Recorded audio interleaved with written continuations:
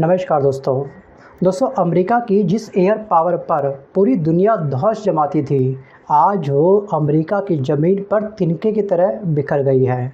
जी हाँ, अमेरिका का सबसे खतरनाक और महंगा $100 मिलियन मतलब 800 करोड़ से ज़्यादा का F-35 फाइटर जेट आसमान से सीधे ज़मीन पर आ गिरा और देखते ही देखते धराशायी हो गया और आग के गोले में तब्दील हो गया।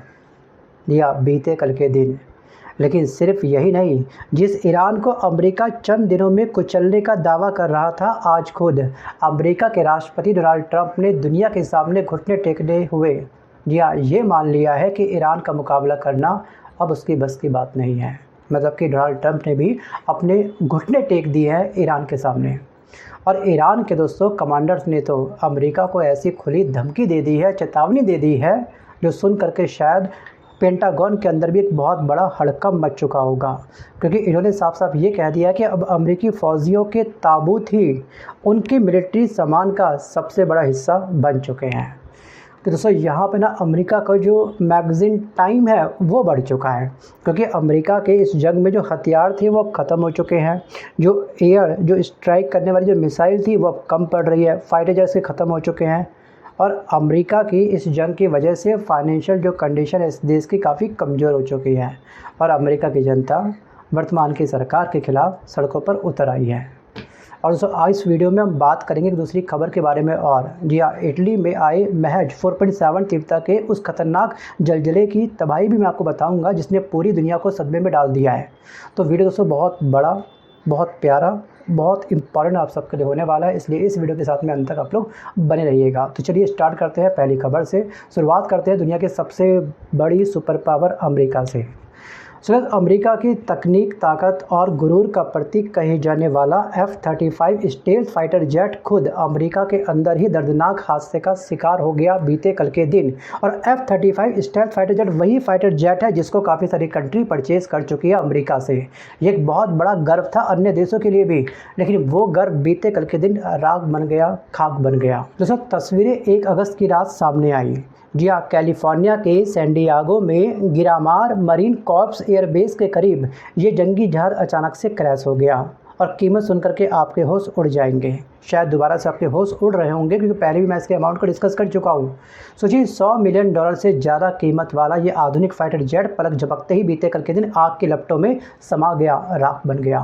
और गनीमत ये रही कि हादसे से ठीक पहले, क्रैश होने से चंद सेकंड पहले पायलट ने वक्त रहते इजेक्ट कर लिया और उसे सुरक्षित बाहर निकाल लिया गया। जी हाँ, उसे फ़ौरन मिलिट्री हॉस्पिटल पहुंचाया गया। लेकिन सबसे बड़ा सवाल ये है कि दुनिया के सबसे एडवांस और सेफ़ माने जाने वाले फाइटर जेट में F-35 अगर काफ़ी ये इस कैटेगरी में ऐड है, तो F-35 अगर अमेरिका की अपनी ही ज़मीन पर इस तरह से पके हुए आम की तरह टपक कर तबाह हो रहा है, तो पेंटागन की साख का क्या होगा, उसके विश्वास का क्या होगा। ये अमेरिका के लिए एक बहुत बड़ा फौजी और मनोवैज्ञानिक झटका भी है। और दोस्तों ध्यान रखिएगा कि वर्ल्ड में सबसे अधिक एक्सपोर्ट जो वेपन्स हथियार करता है वो करता है अमेरिका। इसके बिजनेस पर एक बहुत बड़ा बट्टा लग चुका है इस हादसे के बाद। तो चलिए बढ़ते हैं हम लोग अब दूसरी तरफ, इम्पॉर्टेंट खबर की तरफ। जी हाँ, आखिरकार ध्यान रखिएगा, जिसकी उम्मीद किसी को नहीं थी वो हो गया बीते कल के दिन, क्योंकि अमेरिका के राष्ट्रपति डोनाल्ड ट्रंप आखिरकार ईरान की मजबूती, उसके हौसले और उसकी जिद्दी ताकत के सामने झुकते हुए हमको नज़र आ रहे हैं। उन्होंने दुनिया के सामने खुल्लम खुल्ला ईरान की तारीफ़ कर डाली है। और दोस्तों, लास्ट डे मतलब 31 जुलाई की रात जब कैंप डेविड में कैबिनेट की मीटिंग चल रही थी, तो डोनाल्ड ट्रंप ने प्रेस के सामने ये माना है कि अगर कोई और देश होता तो अब तक घुटने टेक चुका होता अमेरिका के सामने, क्योंकि हमने अंधाधुंध बम्बार्डिंग करी थी ईरान के ऊपर, लेकिन ईरान टच से मस नहीं हुआ है। जी हाँ, मैं मानता हूँ कि वो बहुत मजबूत है। सोचिए, दुनिया का ताकतवर देश एक कमज़ोर देश की, छोटे से देश की तारीफ़ कर रहा है, तो आप समझ सकते हो कि आखिरकार इस जंग में किसकी हार हुई और किसकी जीत हुई है। और जब पत्रकारों ने यहाँ पर इनसे एक सवाल पूछा, मतलब जब पत्रकारों ने ट्रंप से पूछा कि इस जंग का अंत कैसे होगा और स्टेट ऑफ हॉर्मुज़ में हालात सामान्य करने के लिए अमेरिका को और कितने हमले करने पड़ेंगे, तो ट्रंप का जवाब था कि ये कोई नहीं जानता और हम सिर्फ जीतना चाहते हैं। यानी कि इतिहास में पहली बार अमेरिका के राष्ट्रपति ने खुलकर मान लिया है कि ईरान उम्मीद से कई ज़्यादा घातक तरीके से लड़ रहा है और ये जंग कब ख़त्म होगी ये खुद अमेरिका को भी नहीं पता। वैसे ट्रंप को ये लगा था, इजराइल को ये लगा था कि ऑपरेशन फ्यूरी के माध्यम से ईरान के टॉप लीडर खोमेनी की हम लोग हत्या कर देंगे, उसके बाद इस देश पे हम लोग कब्जा स्थापित कर लेंगे और वर्ल्ड का जो टॉप क्लास का क्रूड ऑयल है इस पर हमारा अधिकार होगा। सपने उन्होंने बहुत देखे थे, लेकिन कहानी बिल्कुल पलट गई। खोमेनी के पुत्र ने जैसी सत्ता संभाली, जो उस व्यक्ति ने दांत खट्टे करे हैं इजराइल के भी अमेरिका के भी, उसके कहने ही क्या। सोचिए, स्टेट ऑफ हॉर्मुज़ जो दुनिया की सबसे बड़ी नब्ज़ है, तेल की नब्ज़ है, अर्थव्यवस्था की नब्ज़ है, उसका रिमोट कंट्रोल इस समय ईरान के हाथ में आ चुका है। और हम लोगों को भी कितनी त्रासदी झेलनी पड़ी। या हमारे देश के अंदर भी तेल के दाम किस तरह से बढ़े वो हम सब ने देखा है अच्छे से। जी हाँ, हम भी रहते की तरह फैल गए चंद दिनों के जंग के अंदर, क्योंकि हमारा जो स्टोरेज कैपेसिटी थी वो अन्य देशों के मुकाबले काफ़ी कमज़ोर थी। हमको काम इस पर करना था। हमने क्या करा, इसमें मिलावट स्टार्ट कर दी। एथेनॉल 20 का स्टार्ट कर दिया हमने इस्तेमाल करना, और अपनी गाड़ी की हमने लंका लगा दी। चलिए वापस आते हैं फिलहाल टॉपिक की तरफ दोस्तों। लेकिन एथेनॉल 20 को लेकर के आपके विचार क्या है? क्या सच में काफ़ी अच्छा कदम है, या फिर हमको अपनी स्टोरेज कैपेसिटी इंक्रीज़ करनी चाहिए थी? क्योंकि हम लोग अपनी ज़रूरत का 85% क्रूड ऑयल इंपोर्ट करते हैं। हमारे देश में क्रूड ऑयल का उत्पादन काफ़ी कम होता है, बिल्कुल ना के बराबर होता है। तो हमको मिलावट करनी चाहिए। जैसे कि दूध वाला दूध में पानी मिलाता है, ठीक है, 10 लीटर दूध है उसको 12 लीटर बना करके 12 लोगों को बेच देता है। तो क्या यहाँ पर भी कुछ ऐसे किया गया था? अगर आप सरकार की जगह पे होते तो कौन सा कदम उठाते? वीडियो को पॉज करके मंथन करके आप मुझे कमेंट करना प्लीज़ मत भूलिएगा। मैं आता हूँ वापस टॉपिक की तरफ। और जो यहाँ पर ट्रंप की तारीफ़ का मतलब ये बिल्कुल भी नहीं है कि ईरान ने नरमी बरतने का फैसला कर लिया है, मतलब कि ईरान भी अपने अंदर एक सॉफ्ट कॉर्नर तैयार कर लेगा अमेरिका के लिए। ऐसा बिल्कुल भी नहीं है, क्योंकि ईरान के सबसे बड़े फौजी कमांडर में से एक सेंट्रल हेडक्वार्टर के commander major general Ali Abdullahi ने अमेरिका को दहला देने वाली बीते कल के दिन एक बहुत बड़ी चेतावनी दे डाली, एक धमकी दे डाली है। सोचिए, 31 जुलाई को जनरल अब्दुल्लाई ने 2 टूक शब्दों में ये कहा है कि अमेरिका और उसके साथियों ने, उसके सैनिकों ने अब गहराई से महसूस कर लिया है कि इस रीजन में उनके ताबूत ही उनके मिलिट्री साजो सामान का सबसे अहम हिस्सा बन चुके हैं। और दोस्तों, शहीद अयतुल्ला अली खोमेनी का वो फरमान आज हमको बिल्कुल सच होता हुआ दिखाई दे रहा है, जिसमें वो कई बार अपनी स्टेटमेंट में कह चुके थे, मारो और भाग जाओ का दौर ख़त्म हो चुका है, अब मारोगे तो मरोगे भी पक्का। उनका ये फरमान था, याद है ना आपको? और सो ये सिर्फ जुबानी जंग नहीं है, ईरान ने ज़मीन पर भी अपनी ग्रिप मजबूत कर रखी है। समुद्र में तो करी है, लेकिन ज़मीन पर भी इसकी जो पकड़ है काफ़ी मजबूत है। और ईरान चारों तरफ से दोस्तों पहाड़ों से घिरा हुआ देश है, इसमें थल सेना के माध्यम से हमला करना पॉसिबल नहीं है। सो दुनिया की सबसे अहम समुद्री गुजरगाह स्टेट ऑफ हॉर्मुज़ पर ईरान ने पूरी तरह ताला जड़ दिया है। और ईरान की पर्शियन गल्फ स्टेट अथॉरिटी, जिसे बोलते हैं आई थिंक हम लोग PGSA, ने साफ ऐलान कर दिया है कि जब तक अमेरिकी सेना अपनी आक्रामक कार्रवाई नहीं रोकती है तब तक किसी भी अमेरिकी या फिर पश्चिमी जहाज़ को इस रास्ते से गुजरने की इजाज़त नहीं दी जाएगी। इजाज़त चाहिए तो ईरान की शर्तों पर आपको परमिशन लेनी होगी। पहले उसकी शर्त मानो, उससे परमिशन लेटर लेके आओ, तब आपको यहाँ से जाने देंगे। सोचिए। चलिए अब रुक करते हैं मिडिल ईस्ट से बाहर यूरोप की तरफ। सगैस कुदरत का बीते कल के दिन एक ऐसा कहर टूटा है जिसने पूरी दुनिया को सकते में डाल दिया है, सबको शॉक कर दिया है। सगैस इटली के नेपल्स के पास एक एरिया दोस्तों, इसका नाम है कैंपी फलेग्रे इलाके में महज 4.7 तीव्रता का एक जलजला आया है बीते कल के दिन।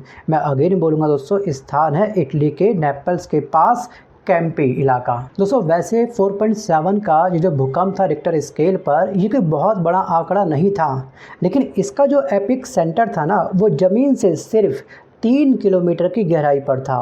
और नतीजा ये हुआ कि इतनी कम तीव्रता होने के बावजूद तबाही ऐसी मची है मानो 7 से 8 तीव्रता का विनाशकारी भूकंप आया हो इस स्थान पर, क्योंकि इमारतों के मलबे से पूरा आसमान धूल और धुएं से पट गया। बिजली गुल हो गई, ट्रेन मेट्रो सेवाएं ठप करनी पड़ी। कम गहराई वाले जलजले कितने खतरनाक हो सकते हैं, इसकी बानगी इटली की इन डरावनी तस्वीरों ने दिखा दी है।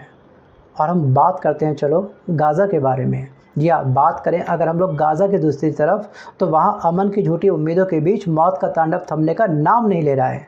सोचिए, 1 अगस्त की रात इजरायली फाइटर जेट्स ने गाज़ा के सेंट्रल हिस्से में मौजूद, ठीक है, एक रिफ्यूजी कैंप था जिसका नाम था नसीरत, इस पर इसने भीषण बमबारी कर दी, एयर स्ट्राइक कर दी। एक के बाद एक कमर्शियल और रिहायशी इलाकों को इसने निशाना बनाया है, इसके फाइटर जेट ने।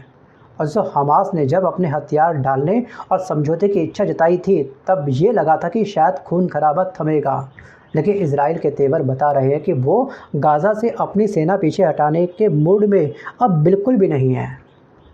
सोचिए, अमेरिका और इजराइल के बीच भी अब गाज़ा समझौते को लेकर के मतभेद सामने आने लगा है, क्योंकि अमेरिका नहीं चाहता कि कोई भी जंग अब लंबे समय तक चले, क्योंकि अमेरिका के लिए इस समय आगे कुआ पीछे खाई वाली स्थिति बनी हुई है। एक तरफ अमेरिका ईरान के साथ उलझा पड़ा है, एक तरफ यहाँ पे हमास के साथ जंग चल रही है, और एक तरफ रूस यूक्रेन की वॉर चल रही है, और अमेरिका की फाइनेंशियल कंडीशंस काफ़ी वीक हो चुकी है इन तमाम जंग की वजह से, और उसके हथियारों का जो जखीरा था वो अब ख़त्म हो चुका है। और वहीं दोस्तों, दूसरी तरफ यमन के हूती विद्रोहियों ने भी सऊदी अरब पर एक और बड़ा आर्थिक प्रहार किया है। हूती मिलिट्री प्रवक्ता याहिया सारी ने यह दावा किया है कि उनकी सख्त समुद्री नाकेबंदी के चलते सऊदी अरब के 8 बड़े ऑयल टैंकर को अपना रास्ता बदल करके मजबूरन सलीज बंदरगाह की तरफ भागना पड़ा। सोचिए, हूती विद्रोही ने साफ साफ चेतावनी दी है कि जब तक यमन की नाकेबंदी जारी है, तब तक सऊदी अरब का कोई भी जहाज सुरक्षित नहीं रहेगा। ये उसने कसम खा रखी है। और बीते कल के दिन दुनिया के सामने मानवीय संकट की एक डरावनी तस्वीर सामने आई है, क्योंकि यूनिसेफ की रिपोर्ट हमें ये बताती है कि अमेरिका और इजराइल की इन अंधाधुंध हमलों की कीमत सबसे ज़्यादा मासूम बच्चे चुका रहे हैं। क्योंकि अब तक ना इस जंग की वजह से अब तक 2500 से ज़्यादा मासूम बच्चे या तो मौत के मुंह में समा चुके हैं या फिर गंभीर रूप से घायल हो चुके हैं।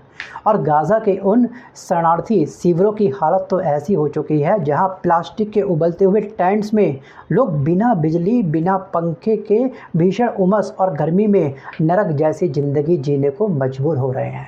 सोचिए, पीने के लिए यहाँ पे तरीके से लोगों के पास में पानी तक नहीं है। और दुनिया के एक कोने से लेकर के दूसरे कोने तक जंग, तबाही और कुदरत के कहर का ये दौर जारी है। लेकिन दोस्तों, इन सब के बीच हमें अपनी ज़िंदगी की कीमत समझनी चाहिए और शुक्रगुजार होना चाहिए उस भगवान का कि हम लोग महफूज हैं। दोस्तों, लेकिन अब आपको क्या लगता है, क्या सच में ये तमाम जंग रुक पाएंगी? और इस जंग को लेकर के आखिर आपको क्या लगता है कि आखिर का गलती किसकी है? अगर आपको कोई पीस डील करनी होती तो आप इस सिनारियो को, इस जंग को आप कैसे हैंडल करते हैं? अगर आप संयुक्त राष्ट्र संघ के अगर आप अध्यक्ष होते और आपके पास एक प्रपोज़ल आता कि इस तमाम जंग को आपने समाप्त करना है, तो आप क्या एक्शन टेकन लेते इन तमाम देशों के ऊपर? वीडियो को पॉज करके अच्छे से मंथन करिएगा, उसके बाद ही आप मुझे अपना एक्शन पॉइंट टू पॉइंट लिखना मत भूलिएगा। सो गाइस, आज के इस वीडियो में बस कर इतना ही। मिलता हूं जल्द अपने वीडियो के साथ, तब तक के लिए धन्यवाद।